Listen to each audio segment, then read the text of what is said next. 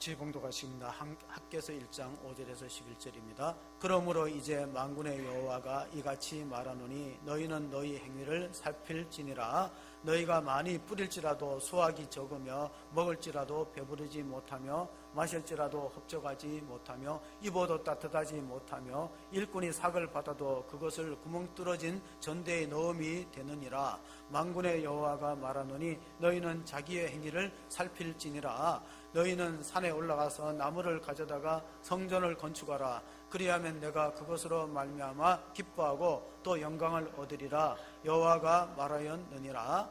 너희가 많은 것을 바랐으나 도리어 적었고 너희가 그것을 집으로 가져갔으나 내가 불어버렸느니라. 나 만군의 여호와가 말하노라. 이것이 무슨 까닭이냐? 내 집은 항폐되었을 때 너희는 각각 자기의 집 짓기 위하여 빨랐음이라. 그러므로 너희로 말미암아 하늘은 이슬을 그쳤고 땅은 산물을 그쳤으며 내가 이 땅과 산과 곡물과 새 포도주와 기름과 땅의 모든 소산과 사람과 가축과 손으로 수고하는 모든 일에 한재가 들게 하였느니라. 아멘. 콜롬비아 대학 총장을 지낸 니콜라스 머리는 1931년도 제인 애덤스, 사회복지를 주창했던 제이 애덤스와 함께 공동으로 노벨 평화상을 수상하게 되었습니다.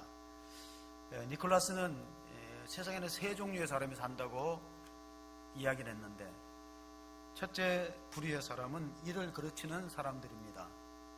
몇 사람들이 출근길에 교통법규를 준수하지 않아서 혼잡하게 만들고 고통을 주듯이 이 인류 역사에 보면은 몇 사람들이 많은 사람을 죽이고 또 혼란에 빠뜨리는데, 아놀드 토인비라는 역사학자가 세상은 몇 사람의 정신병자 때문에 온 인류가 망하게 생겼다.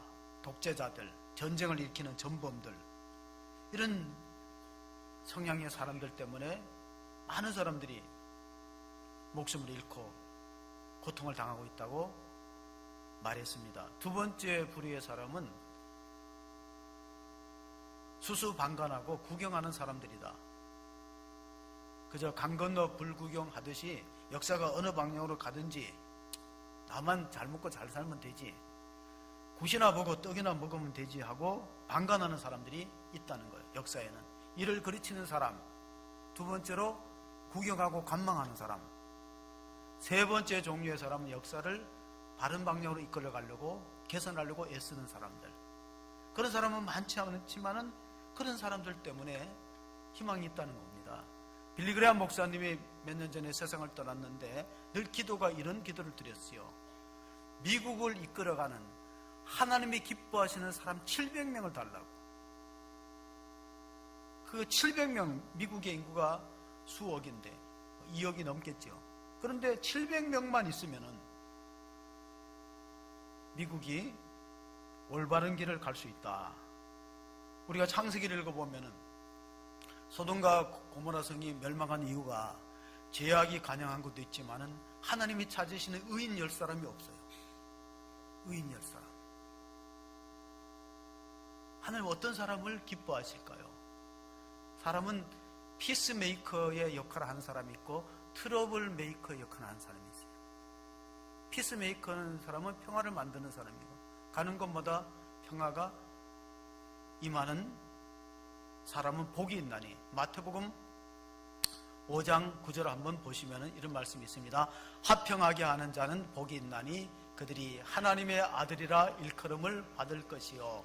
화평하게 하는 사람을 피스메이커라고 불러요. 평화를 만든다. 그럼 피스메이커의 반대는 뭘까요? 트러블 메이커예요. 근데 피스메이커와 트러블 메이커는 가는 곳마다 영향력이 있습니다. 옛말에 집에서 새는 바가지는 들여둬서 새는 거예요. 피스메이커가 가는 곳에는 교회도 가정도 회사도 평화로워요. 그런데 트러블 메이커가 가면은 교회도 가정도 회사도 자꾸 갈등이 일어나요. 그 메이커가 그래서 그런 거, 메이커. 지난달 말일쯤에 그 조지 부시 대통령이 세상 떠나서 장례식을 했는데 교회에서 했습니다. 내가 사진으로 보니까 뭐 어쨌든 간에 역대 대통령이 지미 카터가 이제 암으로 죽는다고 했는데 아직도 살아서 건재해서 지미 카터와 영부인도 오고 다 모이더라고. 그게 참 보기 좋았습니다. 우리는 한국 정신은 언제 저렇게 좀 다 이렇게 화목하고 평화를 만들고 함께 한자리에 웃으면서 앉을까, 그런 이제 스스로의 생각을 했는데 보도에 이렇게 나왔습니다. 미국은 마지막 와스프 출신의 대통령에 대한 향수가 있다. 이게 뭐냐? 와스프가 뭡니까? WASP 약자입니다. 자, WA의 W는 화이트 백인족입니다. AS는 앵글로 섹슨족입니다. 그리고 P는 프로테스탄트예요. 왜냐하면 역대의 미국의 훌륭한 대통령들 가운데는 와스프 출신, 동북부 잉글랜드 집안의 아이브리그를 나온 사람들이 이 미국의 지도자가 되었다는 뜻에서 와스프라는 단어가 붙었어요. 근데 와스프 출신들이 갖고 있는 의식이 뭐냐면 그게 노블리스 오블리제라는 의식이에요. 이건 프랑스 말인데 노블리스 오빌리제, 귀족의 의무라는 뜻이죠. 예를 들면 이제 죽었던 조지 부시 대통령도 태평양 전쟁 할 때가 고등학교 졸업했어요. 필립스 고등학교를 졸업했는데 자원입대, 18살의 나이에 자원입대해서 미국 공군 조종사 가운데는 최연소 조종사에 해당이 됩니다. 그래서 전쟁터에 갔다가 적기에 추락당해서 피격당해서 떨어졌는데 목숨을 구세일승으로 구조를 받았어요. 그런데 집으로 돌아오지 않고 일본이 패망하는 45년도까지 전선에 있다가, 그리고 나서 일본이 항복하고 나서 돌아와서 예일대학교를 진학했어요. 그런데 그 아버지가, 그러니까 이제 조지 부시 대통령의 아버지는 미국의 상원의원입니다. 연방상원의원인데 한국의 같은 경우에는 절대 연방상원의원의 아들이 그렇게 자진해서 전쟁터에 나가서 목숨을 걸고 싸웠을까? 의문점을 갖고 노블리스 오빌리자라는 프랑스 말은, 노블리스라는 것은 닭의 벼슬을 뜻하고 있어요. 오빌리자는 닭의 노른자예요. 그러니까 지도자는 닭의 사명은 자기 벼슬을 자랑하는 데 있지 않고 알을 낳는 데 있다는 거예요. 교회로 적응하면은 교회 직분이 높은 것은 그 명예가 아니고 알을 생명을 많이 살리는 데 있다 하는 것에서 우리가 그 의미를 찾아볼 수 있습니다. 오늘 우리가 학개서를 읽었는데 학개서는 소예언서 10번째 책입니다. 그리고 학개라는 말은 여호와의 축제란 뜻입니다. 학개라는 이름이 뭐냐? 축제라는 뜻이에요. 그럼 왜 아들의 이름을 축제라고 지었을까?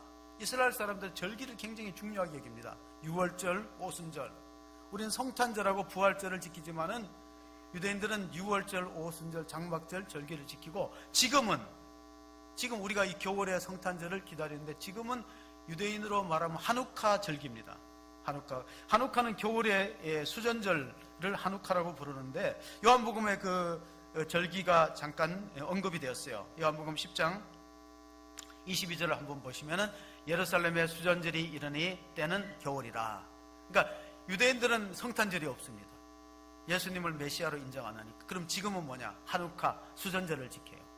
하누카의 유래를 보면은 알렉산더가 세계를 지배했을 때 자기가 죽고 나서 나라를 4명한테 분담해 주는데 팔레스타인 지역은 시리아가 통치를 했어요. 근데 시리아의 안티오쿠스라는 아주 악한 왕은 유대인들이 아주 싫어하는 성전에다가 돼지를 올렸어요. 우리는 제사 지낼 때 돼지를 올리지만은 유대인들은 돼지를 아주 싫어합니다. 근데 아주 돼지를 올리고 거기다가 피를 막 뿌리고, 돼지 피를 뿌리고 제우스 신전을 하나님의 성전에다 올리니까 마카비 형제들이 드디어 들고 일어났어요. 혁명을 일으켰어요. 그게 주전 170년경인데 그때 성전의 등불의 기름이 하루치밖에 안 남았는데, 성전에 남아있는 등불의 기름이 하루치밖에 안 남았는데 8일 동안 불을 밝혔다. 기적이 일어났다. 그래서 지금 하누카 절기 때 사진을 보시면은요, 이스라엘 사람들은 국회의사당에도 이거를 두고 관공서 모든 건물에 이 메노라는 촛대를 밝힙니다. 그게 뭐냐? 과거에 우리가 주전 2세기에 혁명을 일으켜서 우리를 괴롭히는 시리아의 혁명을 일으켜서 성전의 기름이 하루치밖에 안 나오는데 8일 동안 탔다. 그래서 메노라 촛대를 가만히 보면 가운데 그 빨간 촛대가 있고 양쪽으로 4개씩 있어요. 8개. 그 기름의 등불을 밝히는 의식을 하고 있습니다. 그리고 이 하누카의 절기는 결국은 세상의 빛으로 오시는 예수님, 요한복음 8장 12절에 나는 세상의 빛으로 왔나니 나를 따르는 자는 어둠에 거하지 않는다, 그런 말씀을 우리가 해석해 볼 수 있습니다. 세상의 모든 종교는 인간이 신을 연구해갖고 그것을 고민하고 발견해서 신앙의 체계화를 해서 경전을 만들었어요. 그런데 성경은 반대예요. 성경은 인간을 찾으시는 하나님에 대한 기록이에요.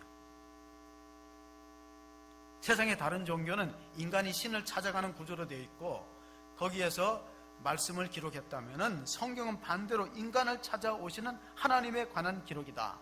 4세기에 암브로스라는 밀레노의 감독은 이런 말을 했어요. 성경은 에덴 동산에 하나님께서 아담을 부르시는 음성처럼 오늘 하나님은 성경 속에서 여러분을 부르고 계시다. 아담아, 아담아, 내가 어디 있느냐 불렀듯이 성경 말씀 속에서 우리를 찾고 계시다. 이 암브로시우스라는 사람은 무슨 말을 해서 유명했냐면은 어거스틴의 어머니가 자식을 위해서 기도하고 눈물을 흘릴 때 격려해 줬어요. 여인이여, 눈물로 기도하는 자녀는 결단코 망하지 않습니다. 그래서 어머니 모니카가 기도한 대로 어거스틴은 성자가 되었습니다. 오늘 우리가 성서 주일로 지킵니다. 그런데 하나님이 인간의 몸을 입고 이 땅에 오셔서 요한복음 2장에 보시면은 성전에 가는 말씀을 예수님께서 해주십니다. 그러니까 성탄절의 중요한 의미는 성육신 사건에 있어요. 성탄절은 왜 기념하고 축하할 일이냐? 눈에 보이지 않는 하나님이, 영으로 계신 하나님이 육체를 입고 역사의 한가운데로 오셨다. 그날을 기념하는 거예요. 예수님이 오셔서 제자들에게 이런 말씀을 주셨어요. 요한복음 2장 19절에서부터 21절에 보면 예수께서 대답하여 이르시되 너희가 이 성전을 헐라 내가 사흘 동안에 일으키리라. 유대인들이 이르되 이 성전은 46년 동안의 지었건을 내가 3일 동안에 일으키겠느냐 하더라. 그러나 예수는 성전된 자기 육체를 가리켜 말씀하신 것이라. 자, 유대인들은 성전을 아주 신성시하고 중요하게 여깁니다. 근데 예수님은 자신의 몸이 성전이니까 나를 헐어버리라, 나를 죽이면 내가 3일 만에 다시 살아날 것이다 는 암시를 해주신 것입니다. 학계에서는 성전 건축에 대한 내용입니다. 그리고 성전 건축을 하는 이스라엘 백성들에게 복을 약속했습니다. 그게 2장 19절에 나옵니다. 학계에서 2장 10절에 19절에 보면은 마지막 절에 내가 오늘부터 내가 너에게 복을 주리니, 그건 뭡니까? 성전을 세우는 자의 후손들을 세워주시겠다는 약속을 해주고 있습니다. 학계에서가 그 학계라는 선지자가 예언 활동을 했을 때는 이스라엘 민족이 나라를 잃어버리고 바벨론 포로로 붙들려 갔다가 돌아오는 그때 예언 활동을 했습니다. 그러니까 모든 예언서들은 이스라엘이 망하기 전에 예언을 했는데 학계야, 스가라 이런 사람들은, 말라기 이런 선지자들은 이미 나라를 잃어버린 상태에서 우리가 나라를 어떻게 재건할 것이냐, 나라를 재건하기 위해서는 가장 먼저 우선순위를 성전의 재건에다 두었어요. 왜냐하면 이스라엘 민족들은 신앙 공동체라 하나님이 택한 백성이기 때문에. 그래서 성전 건축을 학계를 통해서 예언하셨지만은 사람들은 삶이 너무나 어렵고 힘들으니까 포로로 기환해서 70년 만에 자기 조국을 바라보니까 모든 것이 폐허가 되었어요. 자기 살기에 급급한 거예요. 그게 학계에서 1장 2절에 그 분위기를 읽을 수 있습니다. 학계에서 1장 2절에 보면은 만군의 여호와가 이같이 말하여 이르노라. 이 백성이 말하기를 여호와의 전을 건축할 시기가 이르지 아니하였다 하느니라. 돌아와서 스룹바벨이 돌아와서 성전을 건축하려고 했는데 사람들이 진정서를 냈어요. 아닥사스다 왕한테. 지금 이스라엘 민족들이 성전을 건축한다는 것은 결국은 당신의 권력에 복종하지 않고 한가하는 의미가 있다고 진정서를 내갖고 건축이 중단돼 버렸어요. 그리고 나중에 15년 지나서 다리오 왕 때 이제 다시 재개가 되었는데, 사람들은 이렇게 하나님 일하다가 어려움이 있고 막히면은 핑계거리를 찾습니다. 그게 뭐냐면 시기가 안 되었다는 거예요. 부정적이고 회의적인 반응을 보였습니다. 그런데 비해서 자기 집을 짓는 데에는 아주 빨랐어요. 그게 학계서가 주시는 말씀이죠. 여기서 집이라는 것은 베트인데, 베트는 여기서 학계서를 이해하는 중요한 키워드예요. 하나는 하나님의 집도 베트예요. 우리가 베들레헴 했을 때 베들레헴의 뜻이 뭐죠? 떡집이란 뜻이에요. 레헴은 떡이고 베들 집이란 뜻이에요. 자, 또 하나는 자기 집이에요. 근데 자기 집을 짓는 데는 빨랐지만은 하나님의 집을 세우는 일에는 지금은 때가 안 되었다. 나중에 하자 차차하고 미루고 있는 그런 모습을 보면서 학개서 1장 5절, 오늘 본문이 시작되는 5절에 너희의 형편을 살피라고 선지자가 외칩니다. 그러므로 이제 만군의 여호와가 이같이 말하노니 너희는 너희 행위를 살필지니라. 그리고 7절에도 동일한 말씀을 해주세요. 이 말은 신앙생활에서 가장 중요한 것은 우선순위를 바로 정하라는 그 의미를 갖고 있어요. 무엇이 먼저 할 일인가? 미국이 왜 복받은 나라가 됐냐면은 영국의 청교도들이 메이플라워 5월의 꽃이라는 배를 타고 아메리카 대륙을 갔을 때 프리머스 항에 도착했을 때가 겨울입니다. 얼마나 추웠겠습니까? 얼어 죽은 사람, 굶어 죽는 사람, 병 걸려 죽은 사람이 숱하게 속출했어요. 기록에 의하면 102명이 갔다가 40명 이상 희생당했다고 하는데도 불구하고 그들은 먼저 예배당을 지었어요. 두 번째로 자녀들의 성경을 가르칠 성경구락부, 그 성경구락부가 오늘의 프린스턴 대학이라든가 예일 대학으로 발전하게 된 것이죠. 그리고 나중에 자기 집을 지었다 하는 기록이 전해지고 있습니다.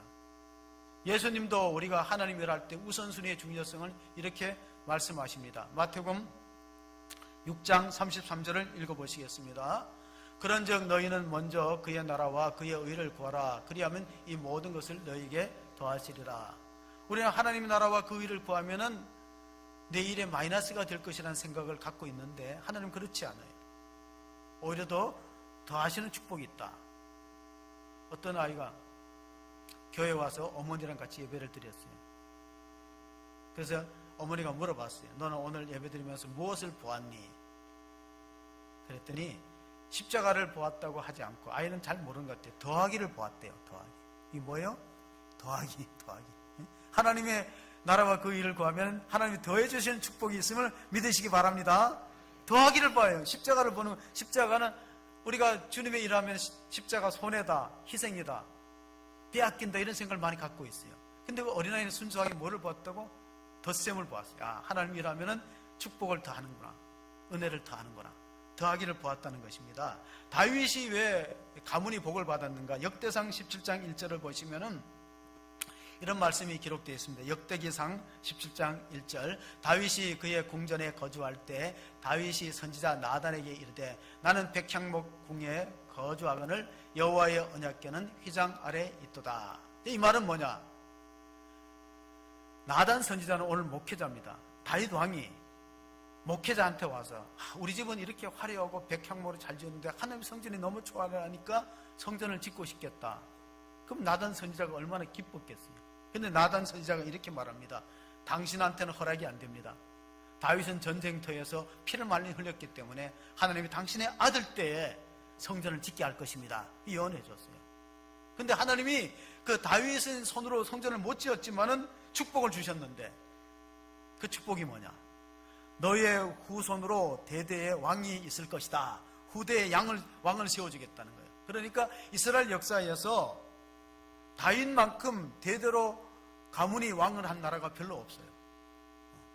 나머지는 다 혁명에 의해서 암살당하고 그랬어요. 이걸 볼 때 하나님의 집을 세우는 자는 하나님이 그 가문을 세워주신다 하는 사실을 우리가 마음에 새길 수 있기를 바랍니다. 하나님의 집을 세우는 자의 가문을 세워주세요. 근데 가끔 하나님의 집을 허무는 사람도 있어요. 교인들이 많은 사는 지역의 유대교 신자가 식품 가게를 했어요. 그러니까 식품 가게 하는 사장은 유대교 신자인데 단골들은 다 개신교를 다녀요. 근데 그 교회가 성전 건축을 하려고 했는데 어려우니까 리모델링 하려고 해요. 그래서 한 번은 누가 가서 얘기를 했대요. 우리 교회가 건축은 못하고 리모델링을 하니까 좀 당신도 모든 사람들이 이 건축 공급을 하는데 당신은 유대교 신자니까 우리 교회를 안 나오지만은 그래도 우리 교인들이 당신네 거 다 팔아주고 그러니까 좀 협찬을 해야 되지 않겠냐. 그러니까 유대교 신자인 사정이 아주 난색하더래요. 유대교회는 교회를 짓는데 협조하면 안 된다는 거예요. 그들은 해당해서 예배드려요. 시나고그. 그렇다고 말하면 이때 단골이 끊어질 것 같으니까 이렇게 말했어요. 교회를 리모델링 하려면 헐어야 되지 않느냐. 아무 헐어야, 기존에 낡은 건물을 헐어야 되겠다. 그럼 허는 비용을 되겠다 그랬어요. 예. 왜냐면 교회를 허무는 비용, 허무는 거는 돈을 댈 수 있지만은 교회를 세우는 거는 유대교 입장에서 협조를 할 수 없다는 이야기입니다. 지금도 이스라엘 사람들은 해당해서 예배를 드립니다. 학개서 1장 9절 하반절을 보면은 하나님께서 학개서를 통해서 이렇게 말씀해 주십니다. 하반절에 보면은 내 집은 항표하였으나 너희는 각각 자기 집을 짓기 위해서 빨랐습니다. 사실 이게 구약시대의 일뿐 아니라 오늘 우리들의 일일 수도 있어요. 하나님의 일, 하나님의 집에는 우리가 자칫하면은 이 순위로, 우선순위에서 밀리는 경우가 종종 생깁니다.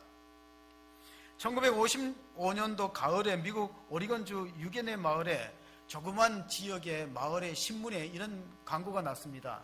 오늘 종교영화를 상영하니까 마을 사람들은 좀 일을 마치면은 마을 회관에 모여주세요. 그래가지고 영화를 돌렸는데, 물론 1955년도니까 흑백 필름으로 돌아가는 영화인데 내용이 뭐냐면 한국 전쟁 고아들에 대한 내용이에요. 한국에 6.25 전쟁이 일어나서 많은 고아들이 헐벗고 먹지 못하는 그런 모습들이 누군가가 찍어서 종교영화로 만들어서 돌렸어요. 근데 한 농부가 그 성령의 감동을 통해서 은혜를 받고, 야, 쟤네들 참 불쌍한데 도와야 되겠다 그러는데 가진 게 없는 거예요. 아무것도 가진 거 없는 농사꾼이 할 수 있겠느냐. 그래서 잊어먹으려고 했는데 눈을 감으면 자꾸 그 영상이, 영화의 영상들이 자꾸 떠올라서 견딜 수 없어서 두 부부가 의논했어요. 우리 농장의 일부를 팔아갖고 한번 한국이라는 곳을 가보자. 그래서 비행기표를 만들어서 한국에 와갖고 그 전쟁고아 8명을 데리고 와서 입양을 했어요.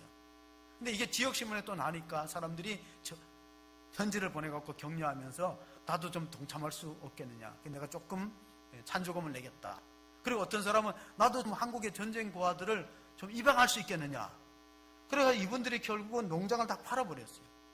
일이 많아지니까 농사를 지을 수 없어갖고 농장을 다 팔고 토지를 다 팔아갖고 만들어진 단체가 홀투 아동복지예요. 이 해리 홀투 부부가 얼마의 한국 전쟁고아를 양육했나 하면은 16,000명이에요. 16,000명.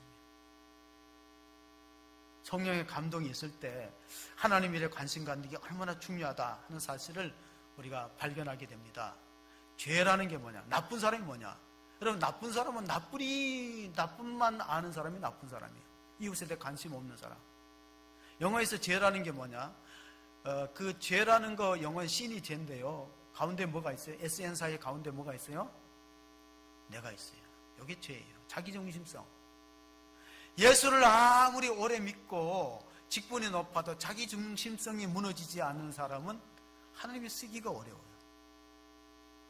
신앙생활은 죽을 때까지 자존심을 내려놓고 주존심으로 살아가는 훈련이에요. 내 생각, 내 뜻을 내려놓고 하나님이 기뻐하시면은 바울이 그런 신앙을 가졌어요. 내가 비난을 받고 내가 감옥에 들어가고 내가 어떤 오해를 받더라도 나를 통해서 그리스도가 전파되고 주님이 존귀하게 된다면은 내 입장은 생각하지 않겠다. 이게 신앙이에요. 그런데 사실은 우리는 그런 경지에 들어갔으니까 저 자신부터 내가 의견을 내세운 게 관철되지 않고 내 생각이 내 뜻대로 이루어지지 않으면 섭섭할 때가 얼마나 많습니까? 1장 6절을 한번 읽어보겠습니다. 학개서 1장 6절을 읽습니다. 너희가 많이 뿌릴지라도 수확이 적으며 먹을지라도 배부르지 못하며 마실지라도 흡족하지 못하며 입어도 따뜻하지 못하며 일꾼이 삭을 받아도 그것은 구멍 뚫어진 전대에 넣음이 되느니라. 우선순위가 잘못되면은 앞으로 남고 뒤로 미치는 삶을 살게 될 것이라는 뜻입니다. 우선순위가 잘못되면. 어떤 분이 신학교를 갔고 샌프란시스코 신학교에 입학해서 수업 시간에 물어봤어요. 후진 국가가 부강해지는 비결은 무엇입니까? 교수가 이렇게 대답했어요. 한마디로 후진 국가가 좀 경제 성장도 이루고 잘 살기 위해서는 정치를 잘해야 됩니까? 경제 운영을 잘해야 됩니까? 아니면 군사력이 있어야 됩니까? 뭐 그런 질문이죠. 근데 교수가 딱 한마디로 잘라서 대답했어요. 사운드 릴리전. 사운드 건전하다는 뜻이 릴리전 종교예요. 후진 국가가 강성하기 위해서 가장 핵심은 뭐냐? 건전한 종교가 있어야 된다. 이 얘기는 과거에 막스 베버라는 독일의 사회학자가 말했어요. 책으로도 나왔어요. 프로테스탄트 윤리와 자본주의. 명저예요. 자본주의가 부패하지 않으려면 프로테스탄트 윤리가 자리 잡아야 된다. 개신교 윤리. 근데 개신교 윤리가 흐려지면서 자본주의가 있으면 자꾸 이게 부패해지고 또 정치 권력과 결탁하기 쉽다는 내용입니다. 오늘 우리 한국 기독교는 어느 자리에 서 있습니까? 학개서를 통해서 성전을 건축하라는 얘기는 신앙인의 우선순위를 확립하는 게 그렇게 중요하고, 우선순위가 잘 되면은 하나님이 필요한 모든 것을 채우시겠다. 마태복음 6장 20절 21절에 보시면은 재정 축복의 비밀이 예수님이 이렇게 말씀하셨어요. 오직 너희를 위하여 보물을 하늘에 쌓아두라. 거기는 좀이나 동록이 해하지 못하며 도둑이 구멍을 뚫지도 못하고 도둑질도 못하느니라. 조금 전에는 하나님의 일을 뒷전으로 하고 자기 일에 급급하면은 구멍이 뚫어진 전대와 같아 그러는데, 예수님은 구멍 뚫지 못하고 도둑이 가져가지 못하는 것은 우리 보화를 먼저 하늘에 쌓아두는 그런 우선순위를 잘 결정하라는 것입니다. 학개서 2장 8절에 보면은 하나님이 이렇게 말씀하십니다. 은도 내 것이요 금도 내 것이니라. 만군의 여호와의 말이니라. 그리고 신앙인의 물질관은 굉장히 중요합니다. 우리가 거듭나고 구원받았다는 것은 시간관의 차이가 있고 물질관의 차이가 있고 자녀 교육의 차이가 있어야 이게 구원받은 사람의 모습이 아니겠습니까? 사무엘상을 읽어보면은 사울 왕을 이어서 왕을 뽑을 때 사무엘 선지자가 이새의 집에 찾아갑니다. 그래서 아들이 많으니까 누가 두 번째 왕감인가 하고 선발을 할 때 다윗은 양을 치러 들에 나가 있어요. 근데 엘리압을 보니까 키가 장대하고 잘생겨서 왕감이라 그럴 때 성령의 감동이 없어요. 사무엘에게 하나님께서 그 사람은 왕이 아니다. 왕이 될 사람이 아니다. 그리고 하신 말씀이 뭐냐면 사무엘상 16장 7절에 사람은 외모를 보거니와 나 여호와는 무엇을 보신다? 중심을 보신다. 사람은 외모를 본다는 건 스펙을 본다는 거예요. 하나님은 중심을 본다는 것은 스토리를 본다는 거예요. 스펙보다 중요한 건 스토리. 그 사람의 신앙의 이력입니다. 하나님은 중심을 본다는 게 중심을 붙여놓으면 충성할 충자가 되는 거예요. 일꾼을 뽑을 때 가장 중요한 게 뭐냐?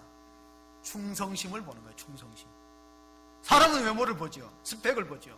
하나님은 스토리를 보는 거예요. 그 사람의 중심이 정말 하나님 중심으로, 그리스도 중심으로 바뀌었느냐? 자기 중심인가? 아직도 세상 중심이고 자기 중심인가? 이거를 측정하고 일꾼을 세워야 됩니다. 자, 1장 9절에 전반절에 보면은 너희가 많은 것을 팔았으나 도리어 적었고 너희가 그것을 집으로 가져와서 내가 불어버렸다 그랬어. 우리가 아무리 물질을 쌓아도 하나님 훅 불어버리면은 아무것도 아니라는 거예요. 이스라엘 민족이 성전 건축을 외면하고 그리고 자기 집을 짓는데, 편백한 집을 짓는데 급급한 것을 볼 때 하나님 마음이 너무 아팠어요. 그러면 성전 건축이 왜 중요하냐? 그건 다시 말하면 예배의 중요성을 강조하는 겁니다. 외형적인 성전 건축이 아무리 화려하고 비싼 돈을 들여서 지었을지라도 예배하는 백성이 없으면 그 성전에 무슨 의미가 있습니까? 예배는 하나님과의 관계를 회복하는 첫걸음이에요. 그러니까 예배 드리기 싫다 그러면 이미 아마 시험이 온 거예요. 영적으로 시험이 온 거예요. 하나님과 관계가 멀어지는 겁니다. 그러므로 학개서 선지자를 통해서 학개서 1장 8절에 보면은 이런 명령을 주셨습니다. 같이 한번 봅니다. 너희는 산에 올라가서 나무를 가져다가 성전을 건축하라. 그리하면 내가 그것으로 말미암아 기뻐하고 또 영광을 얻으리라. 여호와가 말하였느니라. 예배학자들은 이렇게 말합니다. 인간이 할 수 있는 행위 중에서 가장 긴급하고 가장 중요하고 가장 영광스러운 일은 하나님을 경배하는 것이다. 이 영광스러운 하나님이 성전 건축을 왜 명령하셨어요? 이스라엘 민족은 신앙 공동체 때문에 하나님 전에 나와서 예배를 드림으로 관계를 회복시키라는 말이에요. 예배를 되찾으라는 말이에요. 예배의 제단이 무너지면은 나라조차도 온전하게 설 수 없다. 그래서 스룹바벨이라는 총독과 여호수아라는 대제사장을 격려해서 가서 에스라를 도우라. 우리가 이제 학개서를 이해하려면 에스라, 느헤미야서를 같이 읽어봐야 돼요. 스룹바벨에게 총독에게 이렇게 말합니다. 이는 힘으로도 되지 않고 능으로도 되지 않고 여호와의 영으로 되느니라. 하나님의 신으로 되느니라. 그 말씀해 주면서 하나님께서 이스라엘 백성들이 예배하는 자리에 하나님 임재, 하나님 영이 가득할 것이다. 그리고 하나님 영광을 받으시고 택한 백성들에게는 하나님 은혜를 베푸시겠다는 약속이 있습니다. 그러니까 자, 성전은 왜 중요하냐? 예배하는 장소이기 때문에. 예배는 하나님과의 만남이다. 그리고 성전 가운데 예배드리는 백성들 가운데 하나님이 함께 하시겠다, 임재하시겠다는 약속이 있습니다. 그 학개서 2장 9절을 보면은 솔로몬 성전의 영광을 보았던 노년 세대는 스룹바벨 성전의 초라함을 보고 낙심할 수도 있어요. 그런데 하나님이 이렇게 위로하십니다. 어떻게 위로하시는가? 같이 보시겠습니다. 이 성전 내 나중 영광이 이정의 영광보다 크리라. 만군의 여호와의 말이니라. 내가 이곳에 평강을 주리라. 만군의 여호와의 말이니라. 그러니까 나이가 젊은 세대는 현재의 교회만 보니까 괜찮은데 솔로몬의 성전의 영광을 봤던 사람들은요, 스룹바벨 재건된 성장을 보면 너무 자꾸 초라해요.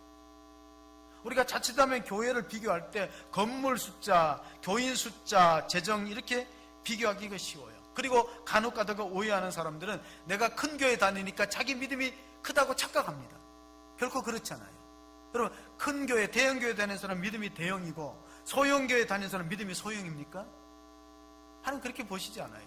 제가 이번 주에 손님이 오셔서 목양실에서 잠깐 얘기를 했는데 젊은 분입니다.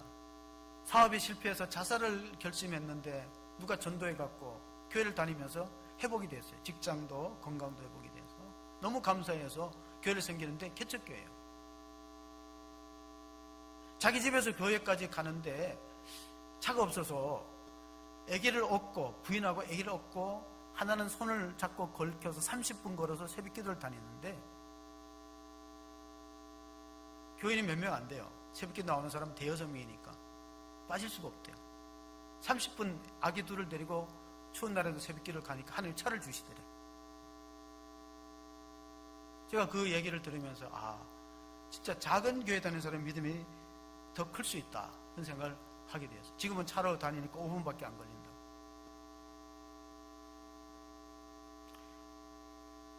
하나님이 우리에게 주시는 짐을, 여러분, 하나님이 우리에게 주시는 짐을 등으로 지면 지지만, 짐이 되지만 가슴으로 지면 사랑이 되는 거예요. 성전을 가슴으로 안고 신앙생활하는 사람하고 이게 무거운 짐이다 생각하는 사람, 차이가 바로 등으로 지느냐 가슴으로 안느냐의 차이예요. 오늘 우리 시대에 하도는 뭐냐면 빠름빠름이에요. 빠름빠름. 뭐든지 빨라야 돼요. 빠름빠름. 그런데 하나님이 우리에게 바라시는 것은 다름다름이에요. 빠름빠름이 아니고 거룩하라는, 다르다는 거예요. 세상 사람들과 구별되게 거룩하라 하는 것이 오늘 우리에게 주어진 과제예요. 교회가 거룩성을 잃어버리면은요, 세상 사람들에게 맛있는 소금이 되어서, 예수님이 비유하셨죠. 소금이 맛을 잃으면 어떻게 된다고? 사람들의 발에 짓밟히잖아요, 마태복음에. 그러니까 교회가 크냐 작으냐로 세상 사람들은 얘기하지 않아요. 거룩성이 있느냐를 중요하게 보는 거예요. 거룩성을 상실한 교회는 커도 밟히잖아요. 우리가 세상을 심판하는 것이 아니라 세상 사람들이 우리를 재판해서 우리의 교회를 결정하는 이런 부끄러운 시대가 되었어요. 그래서 고린도서에 보면 절대로 교회 문제를 가지고 세상의 법정에다 가져가지 말라 그랬어요. 자체적으로 알아서 해야지. 그리고 세상의 법정이 수치스러운 일이에요. 하나님 영광을 땅에 떨어뜨리는 일이에요. 솔로몬 성전을 지을 때 성경 말씀은 이렇게 기록되어 있어요. 대리석을 다듬을 때 산에서 다듬어 갖고 징이나 망치 소리가 성전에 나지 않게 하라. 성전은 하나님의 음성이 들려야지. 사람의 소리가 시끄러우면 그건 잘못된 길을 가는 것이에요. 그래서 그 무겁고 힘든 모든 성전의 돌들을 산에서 다 치수대로 따듬어서 교회는 절대 망치 소리가 안 났어요. 사람의 소리가 안 나는 거예요. 교회에서 사람의 소리가 높다는 것은 인본주의로 가고 있다는 증거예요. 우리는 성전을 빨리 짓는데 스페인 바르셀로나, 올림픽이 있었던 스페인 바르셀로나 성가족교회는 130년 지났는데 아직도 짓고 있고 2035년도에 완공을 목표로 하고 있어요. 적어도 150년 이상 짓는 거예요. 이스라엘 민족이 바벨론 포로로 붙들려 갔다가 주전 538년에 고레스 왕이 칙령을 내려갖고 돌아오라고 그런 포위령을 줍니다. 그런데 우리가 중요하게 생각해야 될 신약의 교회는 뭐냐면은 예수님이 몸이 교회고 그리스도께서는 교회의 머리가 되시고 우리도 성령이 거하면 우리 자신이 성전이라는 사실을 바울은 이야기해주고 있습니다. 고린도전서 3장 16절을 보시면은 너희는 너희가 하나님의 성전인 것과 하나님의 성령이 너희 안에 계시는 것을 알지 못하느냐. 여러분은 걸어다니는 성전입니다. 성령이 여기 우리 속에 거하고 우리가 하나님의 성전이라는 거예요. 세상 사람들은 우리를 보고 하나님에 대해서 이야기합니다. 성도를 보고 교회에 대해서 얘기합니다. 우리는 어떻게 보면 하나님의 대사예요. 중요한 직분을 갖고 있습니다. 교회 안에 다양한 직분이 있다. 에베소서 4장 11절 12절에 나와 있습니다. 어떤 사람은 사도로, 어떤 사람은 선지자로, 어떤 사람은 복음 전하는 자로, 어떤 사람은 목사와 교사로 삼으셨으니 12절에 이는 성도를 온전하게 하여 봉사일을 하게 하며 그리스도의 몸을 세우려 하심이라. 예수님을 머리로 하는 교회는 우리가 각 지체가 되니까 연합되어서 몸을 건강하게 세우는 일에 일꾼이 쓰임을 받게 된다는 것입니다. 교회를 세우는 일은 얼마나 중요합니까? 요즘에는 개척이 힘드니까 교회가 교회를 세웁니다. 교회가 어느 정도 성장하면 분립개척을 하는 거예요. 그걸 뭐라고 부르냐면 처치 플랜팅이라고 불러요. 처치 빌딩. 교회를 세운다. 건물을 세우는 게 아니라 정말로 신앙의 공동체, 예배하는 공동체를 만들어가기 위해서 하나님께서 이 시대에 필요한 일꾼을 부르시고 또 섬기도록 하는데 초대교회는 이런 말이 있어요. 교회를 어머니로 섬기지 않는 자는 하나님을 아버지라 부를 자격이 없다. 이 어거스틴이 이런 중요한 이야기를 했는데 교회는 성육신의 연장선에 있다. 예수님이 말씀이 육신이 되어 우리 가운데 거하시듯이 우리도 교회도 예수님의 일을 이어받아야 된다. 그리고 하나님은 아버지라면 교회는 어머니로 잘 섬기는 것이 중요한데 우리는 자칫하면은 이 보이지 않는 하나님은 잘 섬긴다고 하지만 보이는 교회는 소홀히 할 때가 있어요. 마치 아버지는 두려운 존재지만 교회는 내가 함부로 해도 되는, 어머니처럼 만만하고 교회도 함부로 해도 되는 대상으로 생각하기 쉬워요. 결단코 그렇지 않습니다. 왜? 교회의 주인이 하나님이기 때문에 그래요.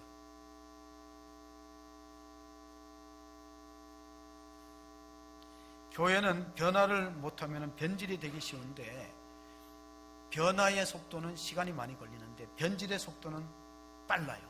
암이 무서운 게 암은 확산이 빨리 돼요. 다른 세포처럼. 나쁜 거는 확산이 빨리 돼. 변질은 급속도로 되고 변화는 완만하게 되기 때문에 신앙생활이 어려운 겁니다.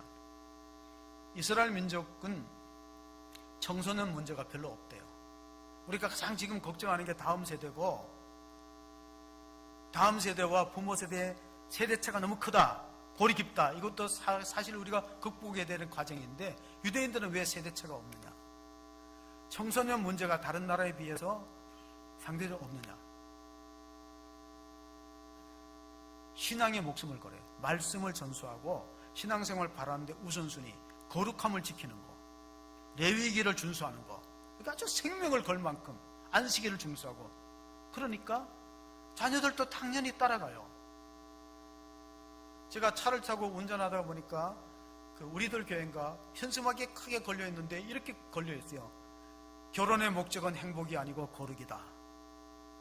그분이 그렇게 목회를 하는 것 같아요. 결혼의 목적은 행복이 아니고 거룩이라. 자식은 배반당하려고 키운다. 그분의 말이에요. 가족은 영혼 구원을 위해 묶어두신 공동체이다. 가족은 뭐라고? 영혼 구원을 하라고 묶어둔 공동체. 외면할 수 없어요. 말을 잘 안 듣지만. 우리가 성경을 읽을 때 구약 성경이 말라기로 끝나는데 히브리 사람들은 역대기로 끝납니다. 저도 신학교에서 들었어요. 히브리 성경은 역대기로 끝나는데 역대기하 36장 23절이 히브리 성경의 끝이에요. 바사왕 고레스가 이같이 말하느니 하늘의 신 여호와께서 세상 만국을 내게 나에게 명령하여 예루살렘 성전을 건축하라 하셨나니 너희 중에 그의 백성된 자는 다 올라갈지어다. 너희 하나님 여호와께서 함께 하시기를 원하노라 하였더라. 그런데 바사왕은 뭐냐면 페르시아 왕이거든요. 고레스가 주전 538년에 이스라엘 민족들을 다 관용 정책을 펴서 돌아가서 성전도 짓고 신앙을 회복하라, 신앙의 자유를 선언했어요. 그러니까 고레스 왕이 대단한 사람이죠. 그러니까 구약 성경이 이렇게 끝납니다. 히브리 성경은. 우리는 말라기로 끝나는 게 예수님 오시는 것을 예비하는 연결점 때문에 말라기로 편집이 되어 있지만 실제로 히브리 성경은 이게 마지막 절이에요. 그 사람들은 신약 성경이 없어요. 고레스는 어떤 왕인가? 그가 적국에 포로로 왕자를 잡은 적이 있어요. 그래서 왕자의 가족이 이 고레스 왕한테 무릎을 꿇고 앞에 이제 엎드려 있는데 고레스 왕이 질문합니다. 내가 당신 생명을 살려주면 어떻게 하겠느냐? 그럴 때 이 왕자가 내 재산의 절반을 바치겠습니다 하고 대답을 했어요. 그리고 이제 다시 한번 고레스 왕이 질문합니다. 내가 당신의 자녀들, 어린 자녀들을 놓아준다면 그러면 어떻게 하겠느냐? 제 모든 전 재산과 소유를 왕에게, 고레스 왕에게 바치겠습니다. 그렇게 대답했어요. 마지막으로 묻더니 당신의 부인을 내가 풀어준다면 당신은 어떻게 하겠느냐? 그랬더니 그 나를 잃고 포로가 되었던 왕자가 제 목숨을 바치겠습니다. 그랬어요. 그러니까 고레스 왕이 다 살려줬어요. 야, 이런 사람을 내가 죽일 수 없다. 자기 아내를 위해서 내 목숨을 버리겠다.